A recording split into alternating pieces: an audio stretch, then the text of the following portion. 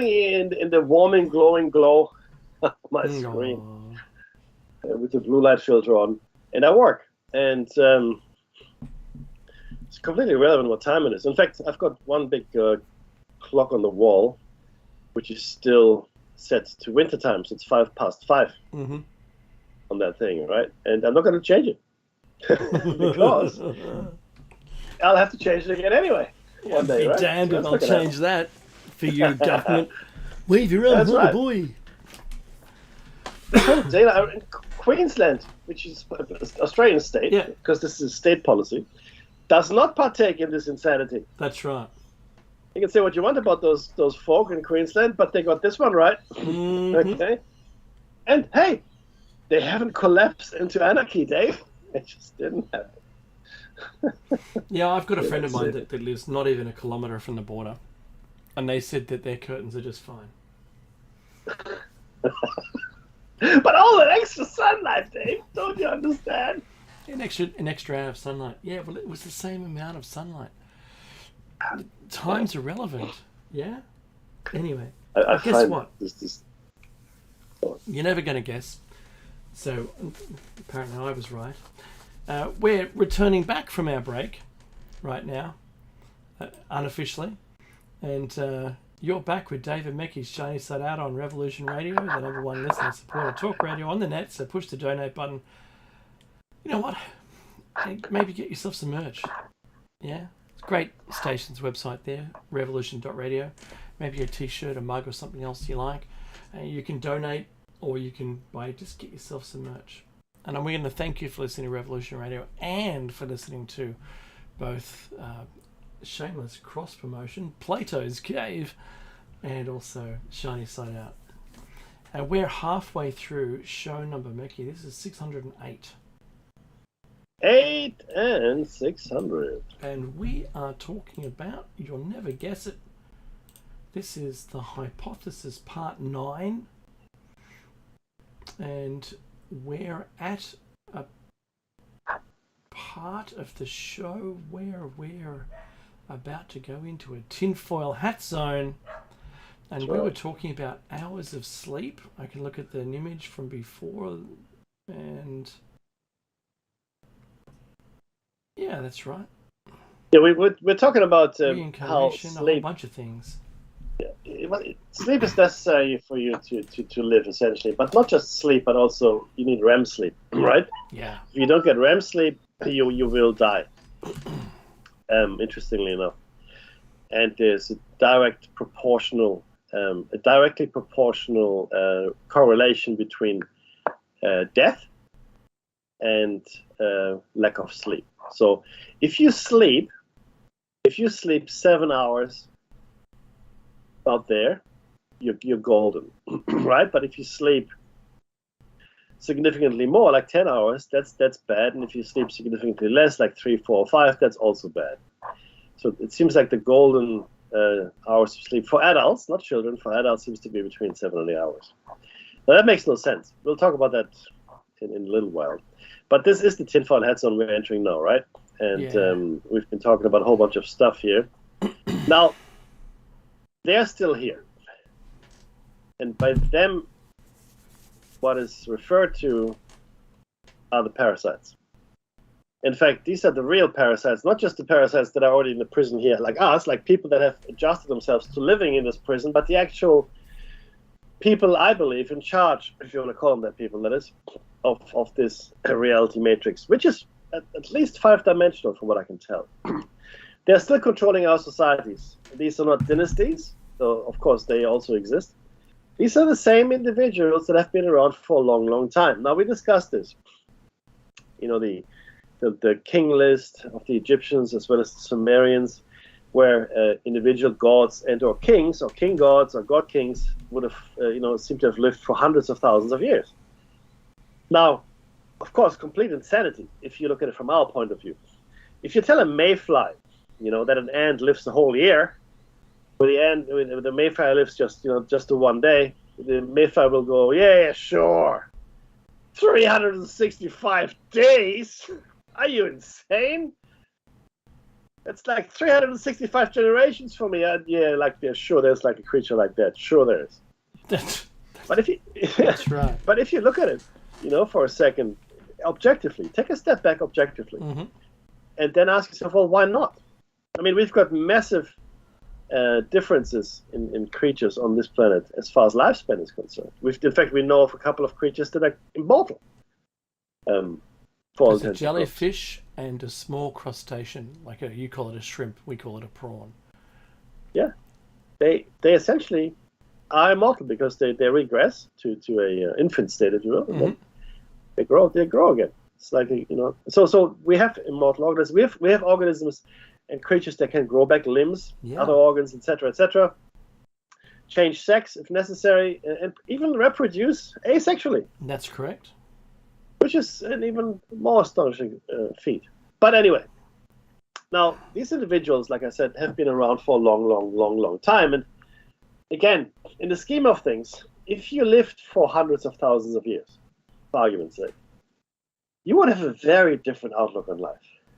You would look at us truly like mayflies. In fact, less so. I mean, as you step out of your house, Dave, you just walk down your abnormally long and steep driveway. Yes. Okay, and I mean, you might once in a while, but not as a habitual thing. Think about the creatures you step on. It's not because you're a mean person. It's just it doesn't enter your event horizon, if you will, right? Yeah. I mean, you know that you're stepping on them. You know that's happening, and if you could avoid it, you probably would because you're a nice guy. I attempt but to, yeah. You just don't think about it. So you step on these ants, and that's exactly how they would see us. We are as relevant as ants to them individually, right? But as a race, we are livestock. Now, the exception to the rule here is the heroes of old. They were called heroes or half-gods or demigods or whatever you want to call them, right? People like Hercules, Perseus, others like that as well, that were half god, like children of Zeus or Poseidon or Hades or whatever, and then or Gilgamesh for that matter, and then they would be invited to join the gods if they had done something outstanding, if they were strong or brave or whatever. They would be invited to join the gods in the respective Olympus or Jade Palace or whatever it might be. And of course, given immortality, that would go with it. Once you're invited by the gods, you also are given immortality. Many stories around that. But again, individually we don't matter, and certainly as a race, though, we are livestock. And right now, bear in mind, this was written in 2012. 2012, because we started the program in 2010 or 11. When did we start this? Remember, Dave, the year? I thought it was 11. Okay, if it was 11, then this was written in 2013. Mm-hmm. Remember that. This is important to understand. Yeah. We wrote this in 2013. So right now we are approaching a critical point. 10 years ago, we wrote this 10 years ago. Dave and I call this the awareness cascade. We believe that once we reach a certain critical number, most, if not all of us, will ascend, which means, of course, escape this prison. Mm-hmm. We, as a race, are reaching critical mass, and it really means to be purely... it seems to be purely a numbers game. At least that's what the algorithm tells us. Hence the repeated cycles of extinction and our collective inability at large to remember any of our past high points. Previous civilizations like Atlantis or Lemuria, etc., etc. These mass killings are necessary to keep us here, confined to limited and dulled existence, far below our true potential. Now, I need to explain what we did here. Right? There was a Fibonacci sequence-based algorithm that we went through, and suffice it to say that the number at the time was 7.778. 7,778,742,049. There was another slightly different sequence where I used the golden ratio to start rather than 1, and that number was 7,778,578,647. Now, those then we took to be population numbers. And we looked at, well, when would we reach this population number? And the answer came back that we would reach the population number in 2020. So the Fibonacci sequence, which, because in my mind, critical mass is a real thing in nature. I mean, lemmings kill themselves when they reach a certain number, right? It's just what happens. And if you've got a certain amount of uranium or plutonium, it's inert, nothing happens. But if you keep adding to it, to your pile of uranium or plutonium, at a certain point, a reaction will start because you have reached critical mass. And I think most systems work that way. Most systems are geared toward critical mass before something happens, before a reaction is reached. Right? You look at chemistry, you look at biology. Almost in every system that we have, a critical mass is reached and something happens. This is the same. And it seems that the Fibonacci sequence, which pretty much underlies, well, our entire reality here, including the formation of galaxies and the formation of galaxy clusters, etc., it's a very important sequence. So the sequence told us that the next number in the sequence would be 7.778 billion to be reached in 2020. That's why we said something is going to happen in 2020. That's right. And because we are where we are and the awareness cascade was never going to be allowed to happen, we then went, well, what could happen? Right? We were speculating. And I think the final analysis, it'd be biological because it's the cheapest bang for your buck. Right? Something biological would occur that would either kill a lot of people, which we thought would happen, but it seems to have been enough to just frighten and lower the frequency of the planet at the time. I mean, a lot of people were killed, get me wrong. Right? But it did more than that. It frightened people and made people uncertain in a way that hadn't happened in a long, long time. The pandemic changed the planet. At the same time, the Aboriginals in Australia were going to go to Uluru to perform a healing, I guess, if you want to call it that, ceremony with the same aim of raising the frequency to allow ascension. That's right. That was their ascension ceremony. Yeah. And so we didn't discover that until unbeknownst to us, until shortly before it was to occur. Yeah. Because I got one of the local elders said, "Are you going to go?"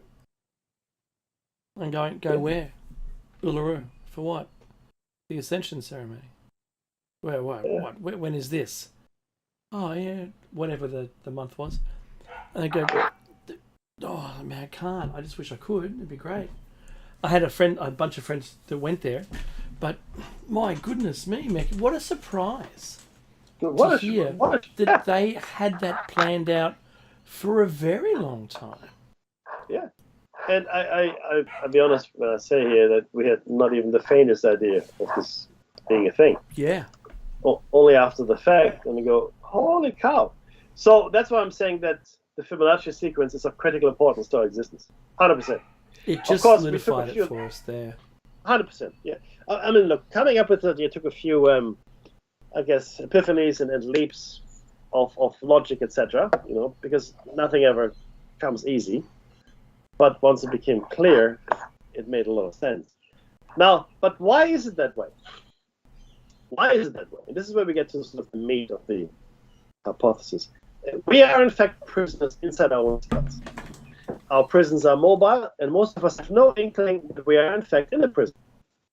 Right? This is the panopticon. This is the perfect prison. Our bodies are the prison.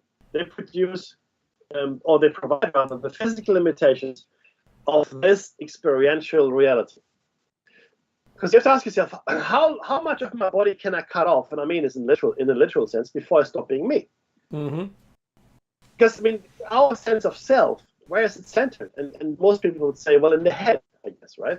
Head, heart, whatever you want to call it. But I think truly it is probably in the head, maybe the pineal gland, I don't know. But you can cut off a lot of yourself. In fact, you could be a brain floating in a jar and you would still consider yourself you. Mm-hmm. So clearly the brain seems to be the primary interface, no matter what the surrounding body looks like. Now, during our dream time, and most important, of course, the rapid eye movement sleep, we escape this reality and wander through the actual world. Meaning, we get out of this five-dimensional construct and go elsewhere. Okay? Many cultures believe that we dream alive and live in a dream. Okay? Many cultures. In fact, most of the older or more primitive, so-called primitive cultures believe this. We can liken dreaming to a prisoner's day release or walk in the yard. Now, I'll take this, Dave. Believe it or not, this is the final secret of the Freemasons. Something they may have learned from the Cathars or even the Templars or even older mystery schools. But that is the final secret that you're given if you go through the rites of initiation. Once you make it to the 34th degree, you will learn that the great adversary is the one or group that built this prison. The great work of the ages is our attempt to escape or turn this prison into a fit place to live. That, of course, you can imagine, would have been the most controversial thing ever to say for the last 2,000 years at the least. If you say this, and you have to understand that the God of the Bible is our enemy. Oh, that's going to cause hate. There is a higher being. In fact, there might be many higher beings, but there certainly is a higher being. And that higher being is I think, trying its best to get us out of here, but we are here. We are caught by Adonai, the great adversary. Now, bear in mind two things. One, traditionally, we are told that we were kicked out of the Garden of Eden because we ate from the tree of knowledge. That's not true. What is true, that it seems that someone, it is both in the Prometheus legend, in the biblical legend, Lucifer, for example, and also in the Anunnaki legends, they were given knowledge, or we were given knowledge. And that was a terrible thing, and the person that did give the knowledge was punished. In the biblical context, the serpent was made to crawl on its belly for all eternity, and Prometheus was tied to a rock, having his liver eaten every day by a vulture, only to have it regrown overnight, and the same thing would repeat itself. No, the reason we were kicked out of the Garden of Eden was because we should not be allowed to eat from the tree of life. Because then, or at least so the text goes, we would become like God.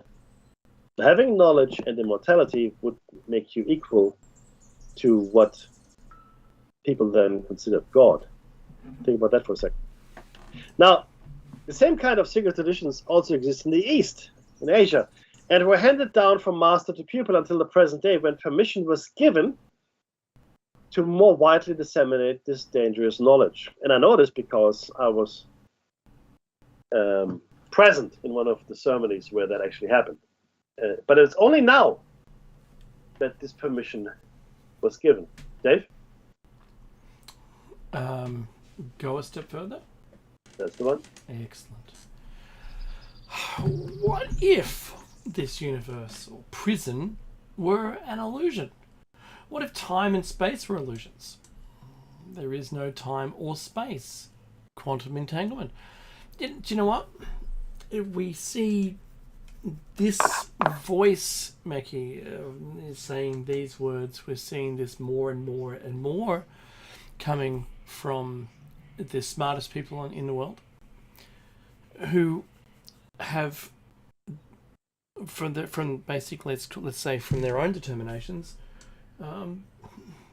came to the same conclusion that maybe this is artificial. This universe is artificial. Maybe we are living in a quantized, thanks to Max Planck, universe, where if I rolled a billiard ball or a bowling ball along a surface, it would come to rest at one of the Planck lengths. It can't stop halfway between. How does that make you feel? Like a musical instrument, if I turn quantization off and I play on one of my keyboards into my computer, it will place the keys exactly where I played them. But if I turn quantization on, it will only place them to the time that I've said. So 16ths or 32nds or 64ths or even triplets of those. It will place the notes that I play, regardless of when I play them, into that time, which is the same as the quantized universe. There is only dots in space which you cannot exist at rest between any two of them. It's got to be one of them. So quantum entanglement, Meki, I'll give everyone a quick lesson. If I have a pair of sunglasses and I use those polarizing lenses, because they're the better ones, you really do need them. If I get 3 of those lenses, but I start with one and I put it in between me and a light source, and I get a second lens and I place it in between me and the other lens, and I turn it, and you'll notice one thing that happens when I turn it 90 degrees, I can no longer see any light from the light source. It completely blanks it out. So now I'm faced with 2 layers deep, blocking all light. If I happen to get a third lens and put it behind that, between my eye and those 2 lenses, and I turn it 90 degrees, I will get all of the light back again. Now that's got to blow someone's mind up. Like Mars attacks, when I'm calling you, and their brains explode inside their glass domes. That should have just happened to you. How do you recover light that doesn't exist? You've blocked it. Doesn't make sense. Hey, he's using his Chewbacca defense.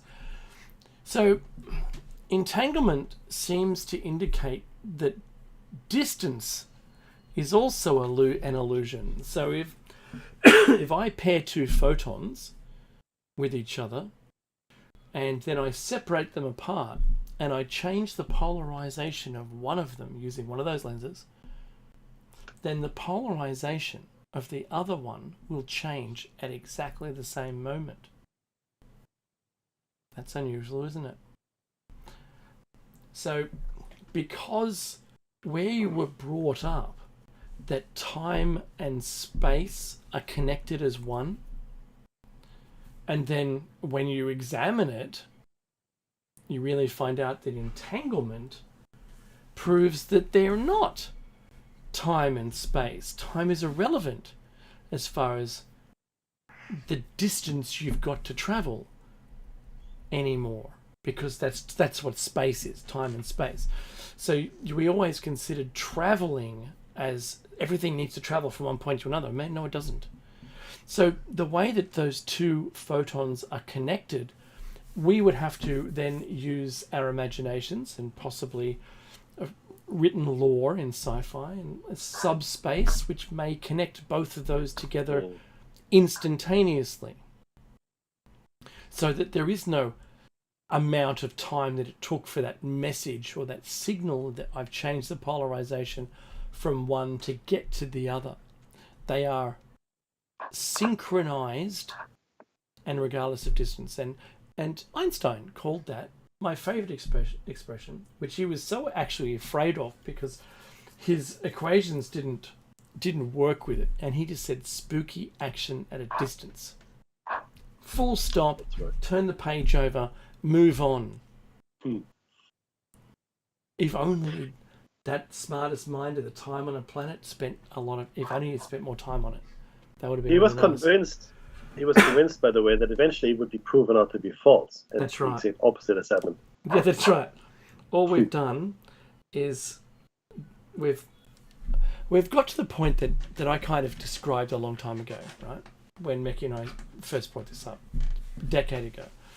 And that is it possible that in an artificial universe, only those things that are being observed are rendered? Like a video game. There's a whole bunch of ones and zeros going around, and I'm playing, let's just pretend I'm playing Rust or Quake, depending on how old you are. And I'm running through the environment, enjoying myself, because it's a first-person shooter. I don't have to describe that. but no one is looking at what's behind me, and so it isn't rendered. No participant in the game is looking in that direction, so it isn't rendered by anybody in that game. And if the quantum world has proved anything using the double slit experiment, the collapsing of the what's the term, Maggie? The quantum wave? No, close. The probability of something being somewhere is disrupted by the expectation of the observer. Because it makes no sense that a double slit experiment should form an interference pattern, since there isn't anything for it to interfere with except for itself. And therefore, if you're firing, electrons singly through an at the double slit, which one it goes through is irrelevant. But when you observe which slot it went through, it collapses to just behaving like it's two painted slots, and I've got a paintball gun. That's what it does. It paints two lines on the wall. But if I'm not checking which one it went through, I get an interference pattern. So the observer changes the outcome because it wants to match the world, probably programmed into it, that the observer expects. And I always, since I learned that, I really appreciate if there was one hand clapping to know the other one. If a tree falls in the forest, does anyone hear it? And I ask, was it rendered? Yeah, fair point, eh? Right? Did it make any noise? I think no. Was it rendered? Right? So anyway, so look, so entanglement seems to indicate that a distance is an illusion as time is motion through given space.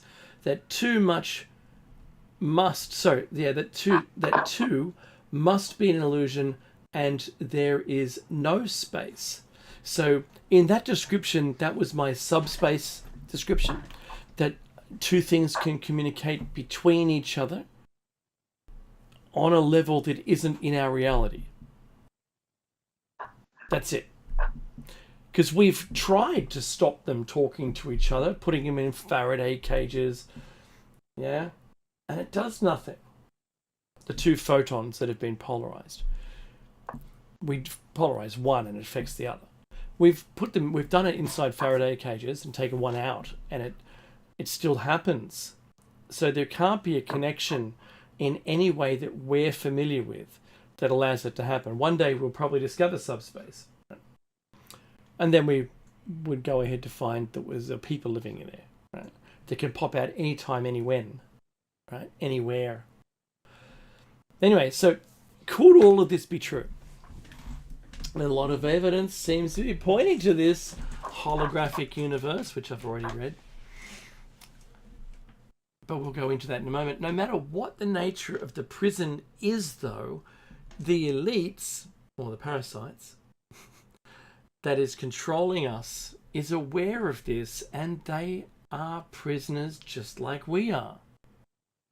Kind of like the guy from The Matrix that has that girlfriend that goes to the toilet, Jimbo? That's it. The rich guy at the banquet?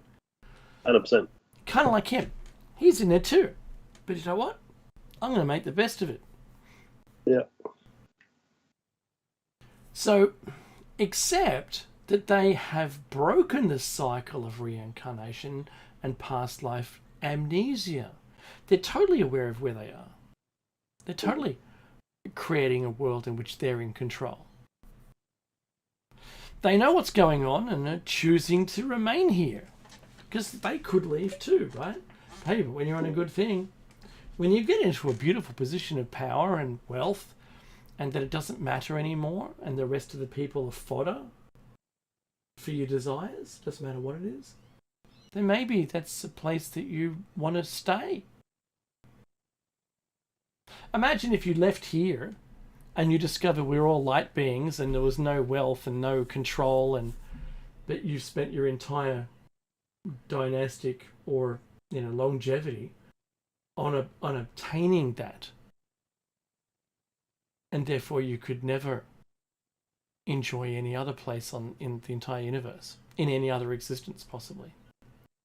So maybe they've become institutionalized.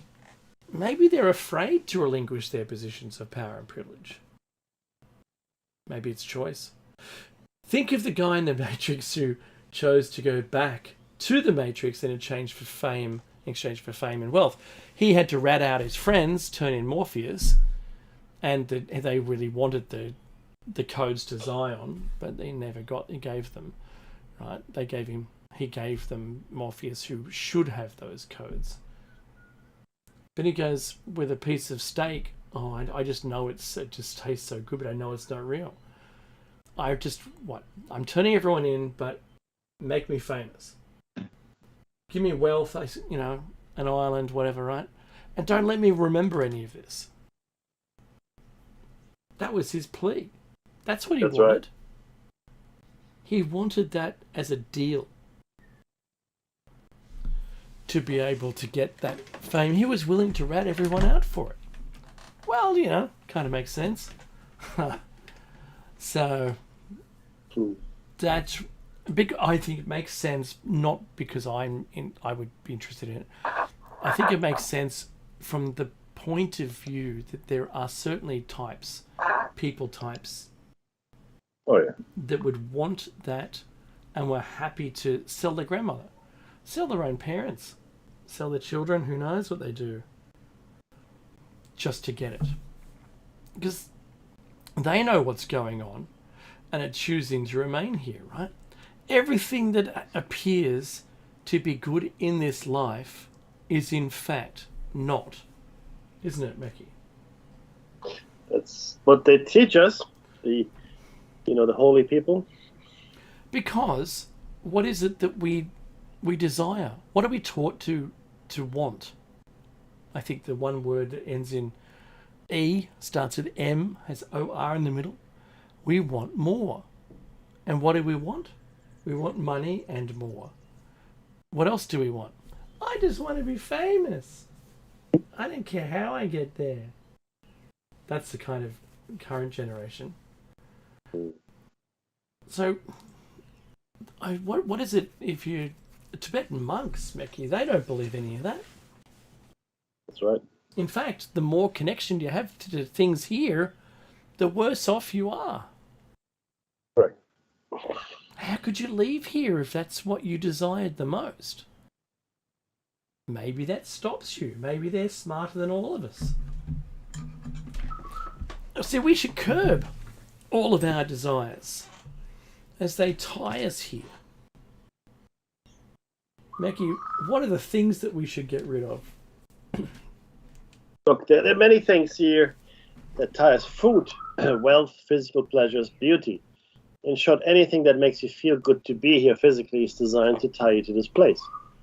Most faiths, monks, ascetic practitioners, holy people, Buddhas, and so forth, practice austerity and deprivation to achieve enlightenment. So you have to cut all of this out of your life in order to get there. Even having children just means creating more prisons for our souls, for want of a better word. None of the material things we cherish meant anything, mean anything, will mean anything. Now, at this point, think back to your Charles Dickens.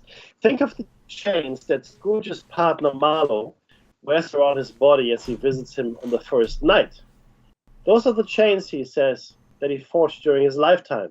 That's right. The material wealth, and so forth. And all of the sages and all of the wise men have said the same thing. Interestingly, that was pretty much the tenet of the Cathars. Even more interestingly, the church, not yet Catholic at that time, because the split hadn't happened, initiated a crusade against those people of the Languedoc area of France, killing most of the perceived heretics. The phrase, this is true, kill them all and let God sort them out, was coined in that crusade, Dave. Yeah, that's right. So, who knew? That's where we're at? Yes, that's true.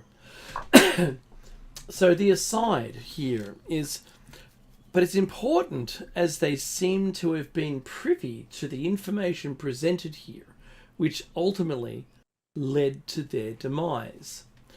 Mackie, you said that you mentioned the Cathars, so they clearly regarded themselves as good Christians, since that is exactly what they call themselves.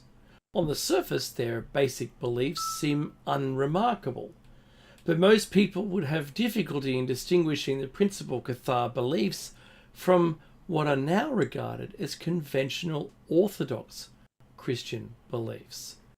Wow. You got to think about this, Becky, from someone hearing it for the first time, right? Oh, yeah, absolutely. However, pursuing their fundamental beliefs to their logical conclusion revealed surprising implications. For example, that Roman Catholics were mistakenly following a satanic god rather than the beneficent god worshipped by the Cathars. Like the earliest Christians, the Cathars recognized no priesthood. They did, however, distinguish between ordinary believers, the credentes, is that right? That's it.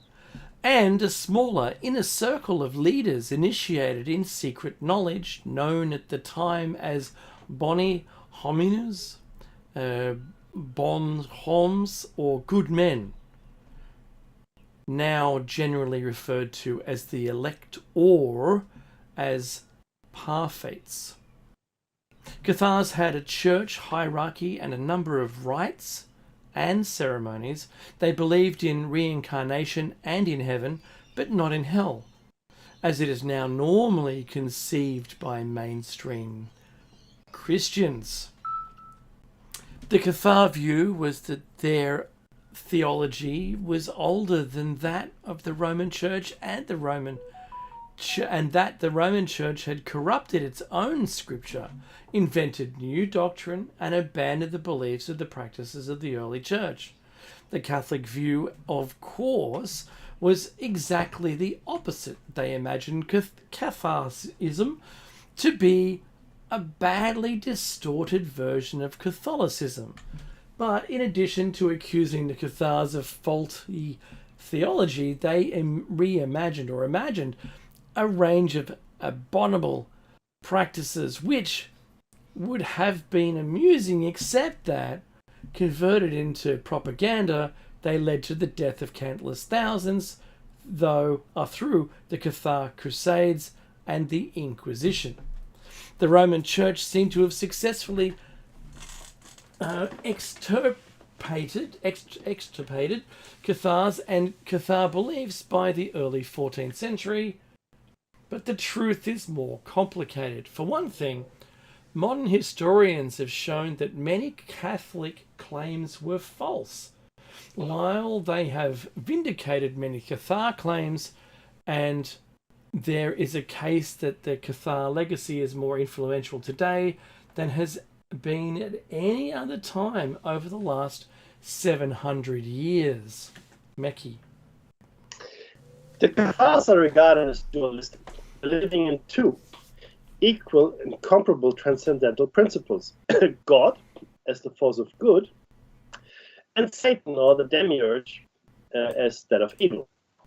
They held that the physical world was evil and created by this demiurge, Rex Mundi, which is Latin, of course, meaning the king of this world, who encompassed all that was corporeal, chaotic, and powerful.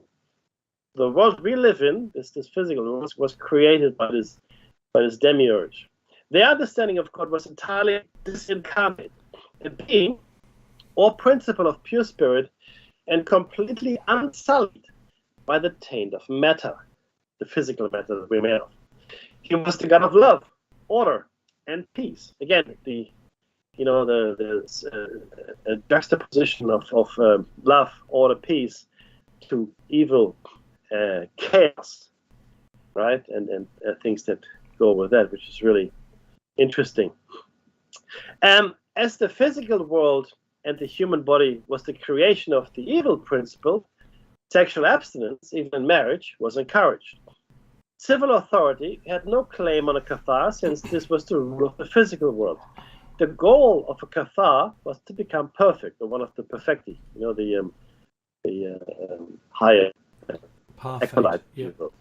Yeah, that's right. Now there's more detail here you need to know. Cathar cosmology identified into twin opposing deities, as we said before.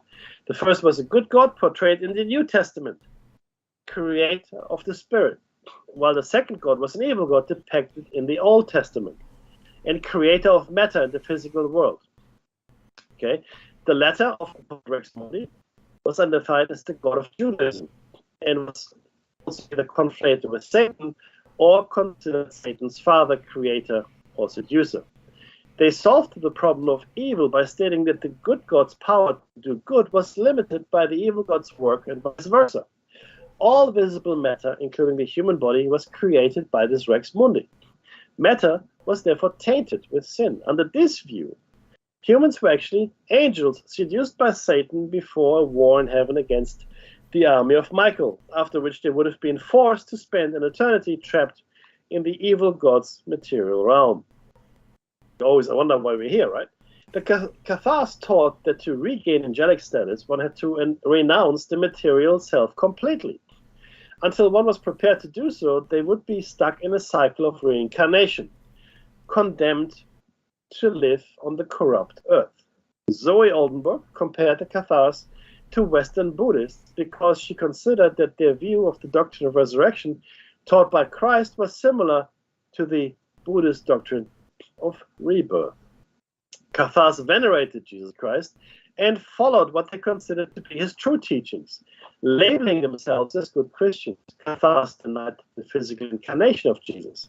Authors believe that their conceptions of Jesus resembled Docetism, considering him the human form of an angel whose physical body was only appearance. This is really important to understand. This illusory form would have possibly been given by the Virgin Mary, another angel in human form. Most did not accept the normative Trinitarian understanding of Jesus, instead resembling non-Trinitarian modalistic monarchianism, Sabellianism in the West, and adaptionism in the East, which might or might not be combined with the mentioned Docetism. We'll get to what that means in a second. Bernard of Clairvaux's biographer and other sources accuse some Cathars of Arianism, and some scholars see Cathar Christology as having traces of earlier Arian roots. In any event, Cathars firmly, and this is the important bit, Cathars firmly rejected the resurrection of Jesus, seeing it as representing reincarnation and the Christian symbol of the cross, considering it to be not more than a material instrument of torture and evil.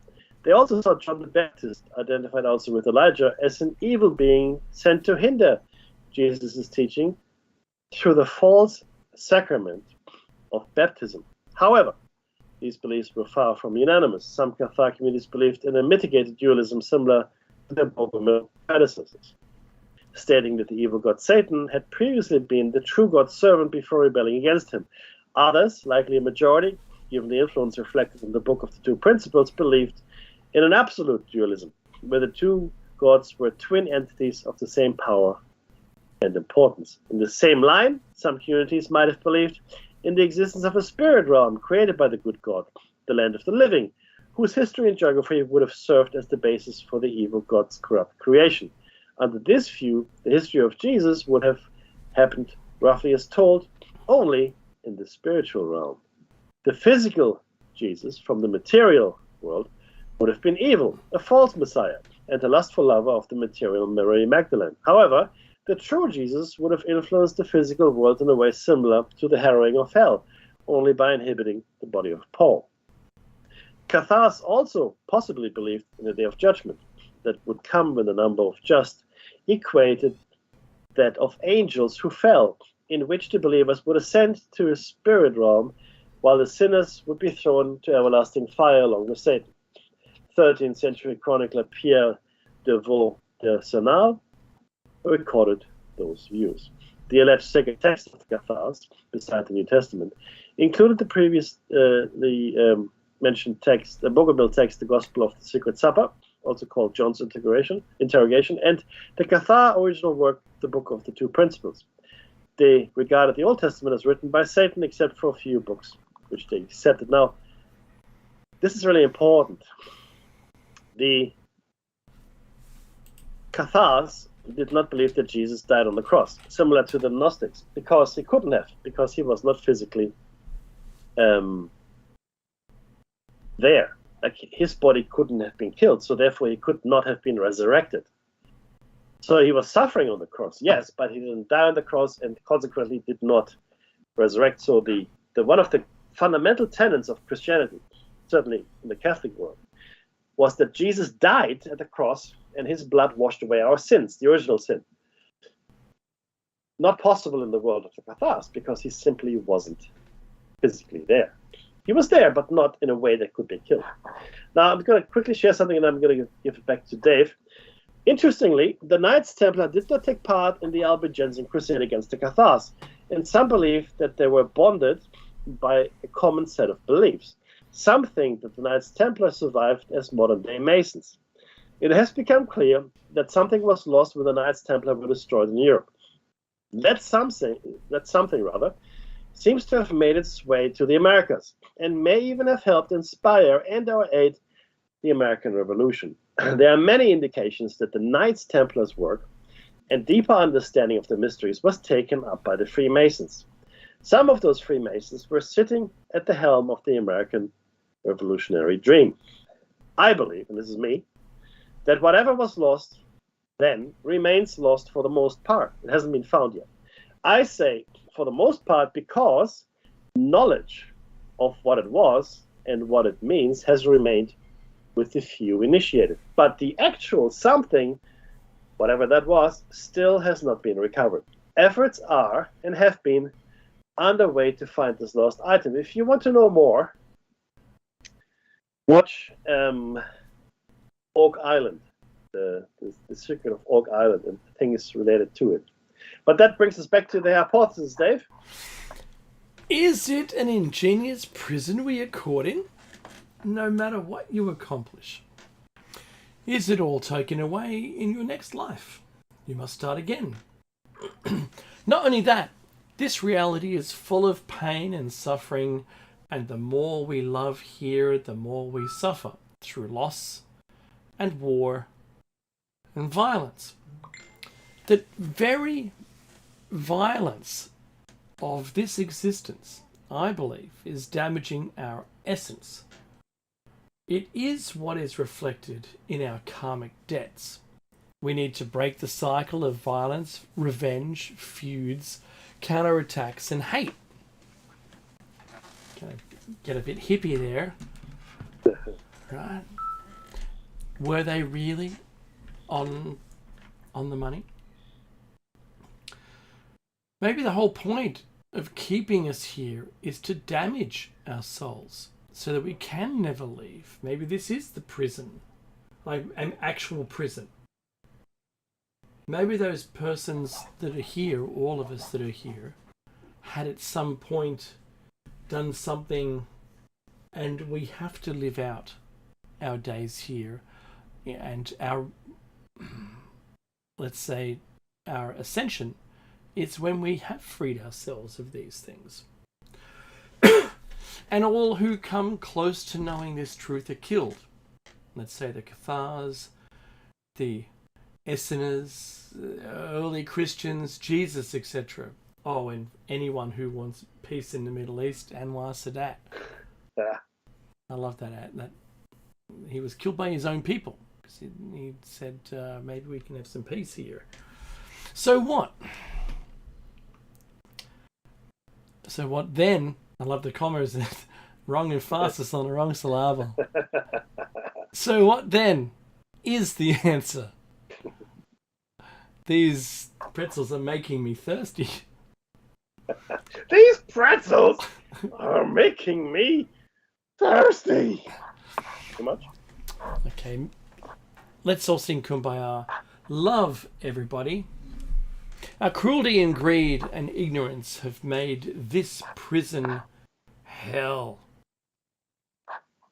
However, some sages and Buddhas return to help us turn this prison into paradise.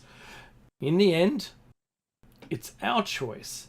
Escape from this prison must not only be the answer. It seems we can turn this place into a paradise as well. We don't have to leave. We could do it. But as Agent Smith says, we made you a paradise and you rebelled. You didn't like it. Back to the text. I'm using paradise here in the sense of home. This place could become home. We do not know why we are in this state of existence or who put us here or why. Many explanations are possible. Maybe our collective capability poses a threat, or maybe we are here by accident. The Epiphany explained a little further on shed some light as to the why. But how real is our reality anyway? Holographic states, say SimCity, if you've played SimCity like I have, how would you know you weren't in the Matrix, right? How would you know you're not in the game? Was it Free Guy making the movie? Oh, yeah, that's it. That's gold. That is a great movie. Right? Quantum weirdness and object reality, if there's such a thing. Mecky. Food for thought. The holographic principle. And this is really important again because we just don't know. Ooh, right? you're not getting through that in 4 minutes. No, I'm not even close. No, let's in that case, you know what? Let's just pause it here because it really have to take it. You have to take it as a whole thing. But I think the important takeaway here is that there are ancient mystery schools as well as some other philosophies that came along in both the East and the West, and West, and we don't really know too much about some of the I guess South American religions. We do know that the North American native people believed that we live a dream and dream a life. Okay, that's sort of part of their tenet. We don't know the detail of all the belief systems in the Southern American civilizations because they were wiped out pretty quickly and catastrophically. So there's only a little bit of an echo. We do know that they had knowledge of worlds before this one. We do know that, and according to the Maya, we are now in the fourth world. And we all have talked about the Baktun, right? The Baktun, the Mayan calendar and whatnot. And we don't know a lot about the ancient African civilizations because they fell well before the European civilizations arose. Because we know they existed, and a lot of great research was done by help me, the gentleman's name. The Ringstone guy? Yes. Michael Tellinger. Thank you. Michael Tellinger has done some excellent work around this specifically, the highlighting clearly there was something here, guys. Look at this. This is astounding stuff, right? And there was. But we just don't know what their belief system was. But we do know that in the East, none of this is astounding. None of this is an amazing revelation when you talk about reincarnation, when you talk about cycles of destruction of civilization, in fact, right? I mean, the Egyptians told Solon when he came to visit them that, because he said, oh, you remember the flood as well? He goes, so he went from Greece to Egypt going, oh, wow, and back then that was quite a journey, don't forget, right? Oh, you also have memories of the flood. And then the Egyptians goes, yeah, but you Greeks, you're just children. You remember one flood. That's right.